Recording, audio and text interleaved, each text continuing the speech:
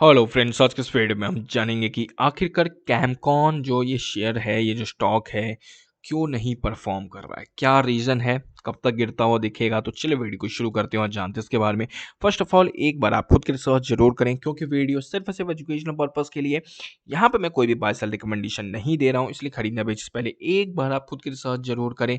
और आगे बढ़ने से पहले जो आपके स्क्रीन पे डिस्क्लेमर दिख रहा है, उसे ज़रूर पढ़ लें। तो अब हम चलते हैं और बात करते हैं कैमकॉन की। तो यहाँ पे कैमकॉन देखोगे काफ़ी बुरे तरीके से स्टॉक गिरता हुआ दिख रहा है। 750 का स्टॉक आज की डेट में 250 पे ट्रेड कर रहा है। अपनी वैल्यू को ऑलमोस्ट अगर आप देखोगे, ये लॉस्ट करता हुआ दिख रहा है, खोता हुआ दिख रहा है। 70% के आसपास की गिरावट है। अब इसके पीछे क्या रीज़न है, तो अगर आप सबसे पहले जो जाके चलोगे और इसके प्रॉफिट एंड लॉस स्टेटमेंट को जरा आप चेकआउट करो। अगर आप रीसेंट टाइम में देखोगे, मार्जिन में कंटिन्यूअसली जो है गिरावट देखी जा रही है। ये सबसे एक बड़ा रीज़न है कि जिसके कारण ये बेचारा जो स्टॉक है पिटता हुआ दिख रहा है, परफॉर्म नहीं कर रहा है। 2022 में 32% का मार्जिन था, 2023 में ये 23% का मार्जिन हो गया। और अभी जो फिलहाल की डेट में चल रहा है वो 14% पे ये कंपनी पहुंचती हुई दिख रही है। तो जब इतने बुरे तरीके से मार्जिन में गिरावट आएगी, मार्जिन ही नहीं कंपनी कमा पाएगी, तो प्रॉफिट कहाँ से होगा। सिंपल सी बात है। तो ये कहीं ना कहीं कारण है जिसके मेरे अकॉर्डिंग जिस जो है कि गिरावट देखी जा रही है। अगर आप सेल्स के नंबर्स को देखोगे, 34 CR अभी चल रहा है, लेकिन अगर आप पिछले ईयर को कंपेयर करोगे 55 चल रहा था, जो कि ओवरऑल आप देखोगे 2-3 सालों तक पूरा कांस्टेंट दिख रहा है। तो यहाँ पे चेंजेस नहीं है। और ऐसा कैमकॉन के नहीं, कैमकॉन के साथ ही नहीं है, बहुत सारे स्टॉक्स आपको मिलेंगे जिनमें जिनकी हालत थोड़ी गंभीर दिख रही है, जिनके मार्जिन पे काफ़ी ही ज़्यादा प्रेशर दिख रहा है। तो ये चीज़ आपको ज़रूर ध्यान में रखना चाहिए। लेकिन कुछ ऐसे भी स्टॉक हैं जिनके मार्जिन पे बिल्कुल भी प्रेशर नहीं है, सेल्स लाइफ टाइम हाई है, प्रॉफिट भी लाइफ टाइम हाई है। तो वैसे स्टॉक्स को आपको ढूंढना चाहिए। क्यों ढूंढना चाहिए? क्योंकि जो कंपनी मतलब कि बुरे टाइम में अच्छा परफॉर्म कर रही है, तो अगर सोचो आप जो अच्छे दिन आएंगे जब कि इस कंपनी के, तो वो तब कैसा परफॉर्म करेगी, तब किस रैपिड स्पीड से वो ग्रो होगी। ये चीज़ आपको ज़रूर ध्यान में रखना चाहिए। तो जब बुरे टाइम में जब एक कंपनी अच्छे तरीके से परफॉर्म करे ना, तो उन कंपनी को आपको ढूंढ के अपने लॉन्ग टर्म के पोर्टफोलियो में डालना चाहिए। ये चीज़ ज़रूर ध्यान में रखना चाहिए। अब आज ही मैंने एक वीडियो बनाया है केमिकल स्टॉक्स पे, आप जाके चेकआउट कर सकते हो और जरा उसको कंपेयर करो। आप कैमकॉन को और विनाती ऑर्गेनिक्स उस स्टॉक का नाम है, तो उन दोनों को जरा कंपेयर करो। आपको बहुत सारे लार्ज बड़े वेरिएशन दिखेंगे दोनों ही कंपनियों में। ठीक है, ये चीज़ आपको ज़रूर ध्यान में रखना चाहिए। और यही मेन रीज़न लग रहा है जिसके कारण बेचारा स्टॉक गिरता हुआ दिख रहा है। और यहाँ पे आप देख ही सकते हो, प्रॉफिट बिल्कुल गायब है और प्राइस टू अर्निंग रेशियो काफ़ी ऊपर की तरफ चढ़ता हुआ दिख रहा है। तो ये कहीं ना कहीं एक रीज़न है जिसके कारण कंपनी अंडर परफॉर्म कर रही है। ज़रा देख लेते हैं कि क्या चल रहा है। बैलेंस शीट वगैरह अगर आप चेक करोगे तो कंपनी के पास ज़्यादा कर्जा नहीं है। एंड अगर आप देखोगे फिक्स्ड एसेट्स या इन्वेस्टमेंट्स, वो सब चीज़ें ठीक ठाक है, ग्रो हो रही हैं, उसमें कोई दिक्कत नहीं है। यस, एंड कैश फ्लो देखोगे, एक और जो बिग मेरे हिसाब से बड़ा कंसर्न वाला पॉइंट है, वो है यहाँ पे cash flow. Company cash generate ही नहीं कर पा रही है, ये भी आपको ज़रूर ध्यान में रखना चाहिए। कंपनी का कैश फ्लो जो है कहीं ना कहीं नेगेटिव दिख रहा है मुझे, तो वो एक चिंताजनक बात है। ये भी आपको ध्यान में रखना चाहिए। अब कैश फ्लो इतना इम्पॉर्टेंट चीज़ क्यों है?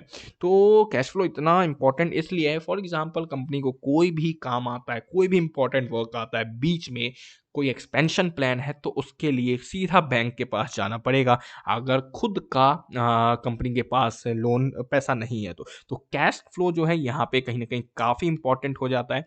तो ये चीज़ आपको ज़रूर ध्यान में रखना चाहिए। और वो जो है इस कंपनी का नेगेटिव दिख रहा है मुझे, तो ये एक काफ़ी कंसर्न वाला पॉइंट है। तो ज़रा देख लेते हैं। मुझे तो नेगेटिव दिखा था, एक बार चेक कर लेते हैं। एक साइट है, वेबसाइट है, जिस पे आप कैश फ्लो तुरंत मेरे हिसाब से दिख जाता है वहाँ पे, टिकर फिनोलॉजी। तो यहाँ पे ये ओपन हो रहा है, देखते हैं कितने देर में ओपन होता है। तो यहाँ पे अगर फिलहाल के डेट में अगर आप देखोगे, तो यहाँ पे आप देख सकते हो कैमकॉन नाम है इसका। तो जरा चेक कर लेते हैं, कैमकॉन स्पेशलिटी केमिकल्स। तो और यहाँ पे कंपनी का अगर आप कैश चेकआउट करोगे, तो यहाँ पे 130 CR दिखा तो रहा है, लेकिन यहाँ पे अगर आप एक चीज़ चेकआउट करोगे, जनरली जो कैश फ्लो चेक करने का तरीका होता है, जो मैंने बुक में पढ़ा था एक, उसमें होता है कि ऑपरेटिंग प्लस इन्वेस्टिंग जो होना चाहिए पॉजिटिव होना चाहिए। तो 2017 में तो पॉजिटिव था, 2018 में भी पॉजिटिव था, लेकिन 2019 में नेगेटिव दिख रहा है, 2020 में भी नेगेटिव है, 2021 में भी नेगेटिव है एंड 2022 में नेगेटिव है। तो ये चीज़ आपको जरूर ध्यान में रखना चाहिए। जब ऑपरेटिंग और इन्वेस्टिंग आप चेकआउट करते हो तो ये नेगेटिव आ रहा है पिछले 4-5 सालों का, तो ये थोड़ी सी एक दिक्कत वाली बात है।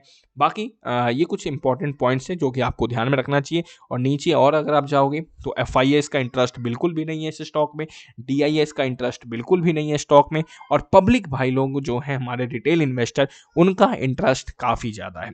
21% से स्टॉक 25% बढ़ता हुआ दिख रहा है। और मैं आपको बता देना चाहता हूँ कि जब तक किसी भी स्टॉक में एफआईआईस और डीआईएस का इंटरेस्ट नहीं होगा तब तक वो स्टॉक नहीं चलेगा। अगर आप देखोगे डीआईआईस धीरे धीरे भाई लोग एग्जिट कर चुके हैं, 4% से उनकी पोजीशन कहाँ पहुंच गई है, 0.27। अगर एफआईआईस की बात करोगे 0.11% से कहाँ पहुंचती है, दिख रही है 0.001%, 0.01%। तो दोनों ने होल्डिंग हटा दी है।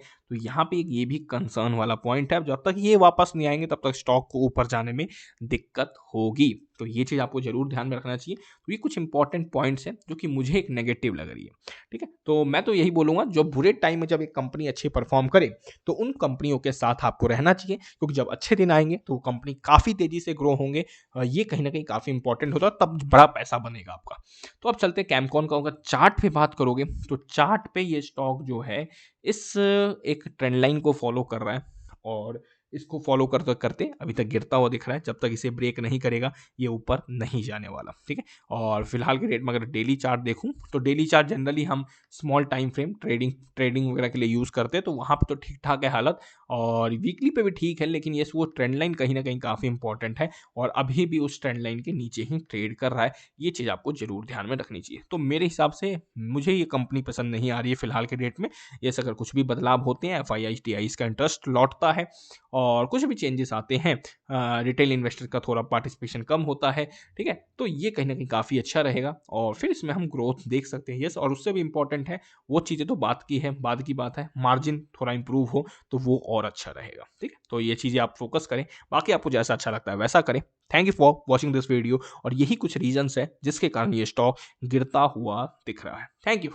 खुद की रिसर्च जरूर करें, मैं कोई भी बाय सेल रिकमेंडेशन नहीं दे रहा हूँ, बस एक मैं अपना ओपिनियन शेयर कर रहा हूँ। हो सकता हूँ मैं इसमें गलत भी हूँ, तो ये चीज़ आपको जरूर ध्यान में रखना चाहिए। कोई भी गलत हो सकता है, कोई भी सही हो सकता है, आप सही हो मैं गलत हूँ, हो सकता है कुछ भी हो सकता है। ये चीज़ आपको जरूर ध्यान में रखनी चाहिए, इसलिए प्रॉपर रिसर्च करें और जैसा आपको अच्छा लगता है वैसा करें। Thank you.